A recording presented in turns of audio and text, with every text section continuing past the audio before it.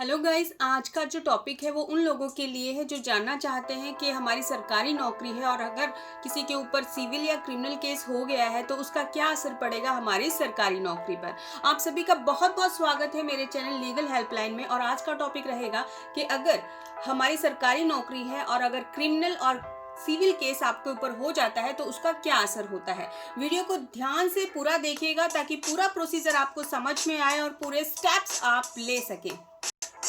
जो लोग सरकारी नौकरी पर हैं और उनके ऊपर केस हो गया है तो वो जानेंगे कि इस केस का आपकी नौकरी पर क्या प्रभाव पड़ सकता है। सबसे पहले ये क्लियर कर देती हूँ, दो तरह के केस होते हैं, क्रिमिनल केस और सिविल केस। क्रिमिनल केस में आपको जेल जाना पड़ सकता है, जबकि सिविल केस में आपके ऊपर पेनल्टी लगाई जा सकती है। सबसे पहले बात करेंगे हम क्रिमिनल केस की कि अगर आप सरकारी नौकरी पे हैं और आपके खिलाफ एफआईआर दर्ज हो गई है, क्रिमिनल केस बन गया है, तो आप क्या करेंगे और किस तरह का प्रोसीजर स्टार्ट होगा। मान लीजिए आपके खिलाफ एफआईआर दर्ज हो गई है और पुलिस ने आपको अरेस्ट कर लिया है और अरेस्ट कर आपको 24 घंटे तक पुलिस कस्टडी में रखा है या कोर्ट के ऑर्डर पर आपको जेल भेज दिया है, जुडिशियल कस्टडी में रखा है। इस कंडीशन पर अगर आप 24 घंटे से ज़्यादा समय के लिए हैं तो आप सस्पेंड कर दिए जाएंगे या आपको सस्पेंड किया जा सकता है। तो ये आप क्लियर रखिए कि अगर आप 24 घंटे से ज़्यादा पुलिस कस्टडी में हैं या कोर्ट के ऑर्डर से जुडिशियल कस्टडी में भेजा गया है तो आपको सस्पेंड किया जा सकता है। ये क्रिमिनल केस की मैं बात कर रही हूँ।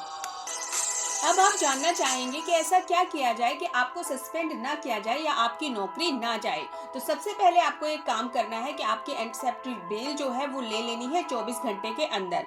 इसके साथ ही आपकी नौकरी जब नहीं जाएगी, जब आप आगे अपील करते हैं या पुलिस ने आपको जुडिशियल कस्टडी में नहीं रखा है, आपने 24 घंटे के अंदर ही एंटीसेप्टिव बेल ले ली है तो आपकी नौकरी नहीं जाएगी, यानी आपको सस्पेंड नहीं किया जाएगा। तो आपके ये क्लियर है कि किस तरह से आप इस प्रोसीजर से बच सकते हैं, यानी कि आपको सस्पेंड नहीं होना है तो आपको क्या करना चाहिए।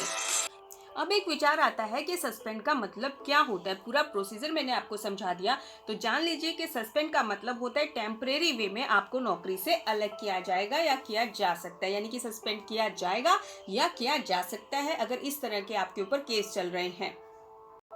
सस्पेंड के बारे में आपको क्लियर कर दिया गया है। दूसरी बात आते हैं टर्मिनेशन क्या होता है। टर्मिनेशन का मतलब होता है कि आपको पूरी तरह से नौकरी से निकाल दिया गया है, यानी कि आपकी नौकरी चली गई है। अगर आपके पास क्रिमिनल केस चल रहा है, आपके ऊपर क्रिमिनल केस चल रहा है तो, और अगर आप अरेस्ट नहीं हुए हैं, आपको अरेस्ट नहीं किया गया है, इस कंडीशन पर डिपार्टमेंट आपको सस्पेंड नहीं करेगा या आप नहीं हो सकते सस्पेंड। सज़ा होने पर आपको टर्मिनेशन का लेटर दिया जा सकता है, यानी कि आप टर्मिनेट किए जाएंगे।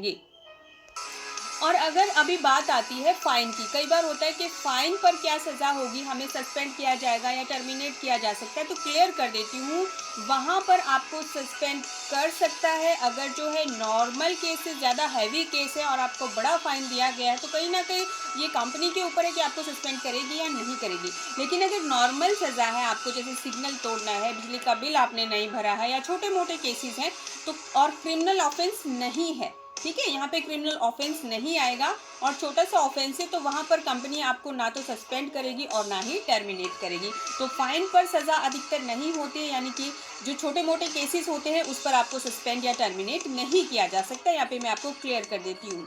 तो आपको ये पूरी तरह से जानकारी मिल गई होगी कि क्रिमिनल केस अगर आपके ऊपर चल गया है या सिविल केस आपके ऊपर चल गया है तो आपको किस तरह का प्रोसीजर फॉलो करना चाहिए, कैसे एक कंपनी आपको सस्पेंड कर सकती है, टर्मिनेशन लेटर दे सकती है और किस तरह से आप इससे बच सकते हैं। अब आपको क्लियर करती हूँ कि डोमेस्टिक वायलेंस है या मारपीट का केस है या बड़े केसेस है, खूंटा केस है, ये सारे क्रिमिनल वे में जाएंगे और ये प्रोसीजर आपको लागू होगा। अगर आपको जेल हो जाती है, जुडिशियल कस्टडी में आप चले जाते हैं तो सस्पेंड हो सकते हैं, आपको सज़ा सुनाई जा सकती है या सुनाई जाती है तो आपको टर्मिनेट भी किया जा सकता है। किस तरह से आप इससे बच सकते हैं ये भी मैंने इस वीडियो में क्लियर किया। आपका समय हमारे लिए बहुत बहुत कीमती है और आपका कीमती समय देने के लिए बहुत बहुत धन्यवाद। अगर आप हमसे अपॉइंटमेंट लेना चाहते हैं तो व्हाट्सएप नंबर पर आप हमें कॉल कर सकते हैं या अपॉइंटमेंट बुक कर सकते हैं। नीचे आपको डिस्क्रिप्शन में पूरी तरह से जानकारी दी गई है कि किस तरह से आप हमें अपॉइंटमेंट ले सकते हैं। Thank you for watching.